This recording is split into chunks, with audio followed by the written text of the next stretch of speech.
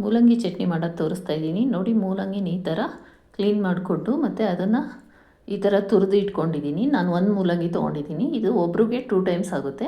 ಮೂಲಂಗಿ ಚಟ್ನಿ ಮಾಡೋಕ್ಕೆ ಇಲ್ಲಿ ಏನು ಬೇಕು ಅಂತ ತೋರಿಸ್ತಾ ಇದ್ದೀನಿ.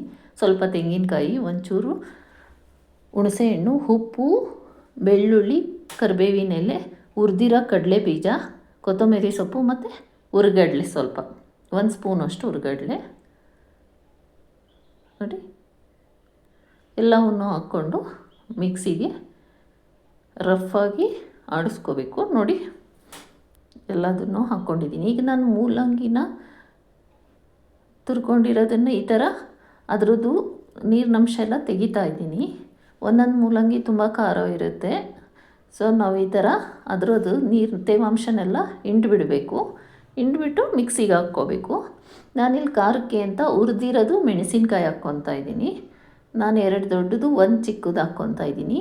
ಇದು 1 ಮೂಲಂಗಿದು ಮಾಡ್ತಾಯಿದ್ದೀನಿ ಚಿಕ್ಕದು ನೋಡಿ. ಈ ರೀತಿ ಈ ಕನ್ಸಿಸ್ಟೆನ್ಸಿಗೆ ರಫಾಗಿ ಸ್ವಲ್ಪ ನೀರು ಹಾಕ್ಕೊಂಡು ಮಿಕ್ಸಿಗೆ ಗ್ರೈಂಡ್ ಮಾಡ್ಕೋಬೇಕು. ತುಂಬ ಅಂದರೆ ತುಂಬ ಟೇಸ್ಟಿಯಾಗಿತ್ತು. ಮುದ್ದೆ ಮಾಡಿಕೊಂಡು 1 ಮುದ್ದೆ ಫುಲ್ ಊಟ ಮಾಡಿಬಿಟ್ಟೆ ನಾನಂತೂ, ಅಷ್ಟು ಟೇಸ್ಟಿಯಾಗಿತ್ತು. ನೀವು ಇದೇ ಥರ ಮಾಡಿಕೊಂಡು ಹೆಂಗೆ ಬಂದಿತ್ತು ಅಂತ ಕಮೆಂಟ್ ಬಾಕ್ಸಲ್ಲಿ ತಿಳಿಸಿ ನೋಡಿ. ಈ ಕನ್ಸಿಸ್ಟೆನ್ಸಿ ಇರಬೇಕು. ಇದು ಆರೋಗ್ಯಕ್ಕೆ ತುಂಬ ಒಳ್ಳೆಯದು.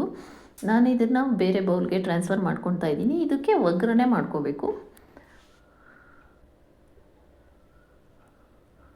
ಫ್ರೆಂಡ್ಸ್, ವಾರದಲ್ಲಿ 1 ದಿನ ಇದನ್ನು ಮಾಡ್ಕೊತೀನಿ. ಆರೋಗ್ಯಕ್ಕೆ ತುಂಬ ಒಳ್ಳೆಯದು.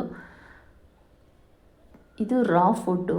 ನಾವು ಯಾವುದೇ ಥರ ಕುಕ್ ಮಾಡಲ್ಲ ವೆಜಿಟೇಬಲ್ನ. ಇದರಲ್ಲಿ ದೇಹಕ್ಕಂತೂ ತುಂಬ ಒಳ್ಳೆಯದು. ಪೈಲ್ಸ್ಗಿದು ತುಂಬಾ ಒಳ್ಳೆಯದು ನೋಡಿ. ನಾನಿಲ್ಲಿ LG ಹಿಂಗೆ ಯೂಸ್ ಮಾಡಿದ್ದೀನಿ. ಕಡಲೆಬೇಳೆ ಹಾಕೋಂಗಿಲ್ಲ, ಉದ್ದಿನಬೇಳೆ ಒಂದು ಹಾಕಿ ಒಗ್ಗರಣೆ ಮಾಡ್ಕೋಬೇಕು. ಮಾಮೂಲಿ ಚಟ್ನಿಗೆಲ್ಲ ಹೆಂಗೆ ಒಗ್ಗರಣೆ ಹಾಕ್ಕೊತೀವೋ ಅದೇ ಥರನೇ. ಫ್ರೆಂಡ್ಸ್, ತುಂಬ ಟೇಸ್ಟಾಗಿರುತ್ತೆ. ಈ ಥರ ನೀವು ಮಾಡ್ಕೊಂಡು ತಿನ್ನಿ. ಮುದ್ದೆ ಜೊತೆ, ಅನ್ನದ ಜೊತೆ ತುಂಬ ಚೆನ್ನಾಗಿರುತ್ತೆ. ಅಟ್ಲೀಸ್ಟ್ 1 ಟೈಮ್ ಆದರೂ ಈ ಥರ ಮಾಡ್ಕೊಂಡು ತಿನ್ನೋದು ಆರೋಗ್ಯಕ್ಕೆ ತುಂಬ ಒಳ್ಳೆಯದು. Thank you friends. Thanks for watching.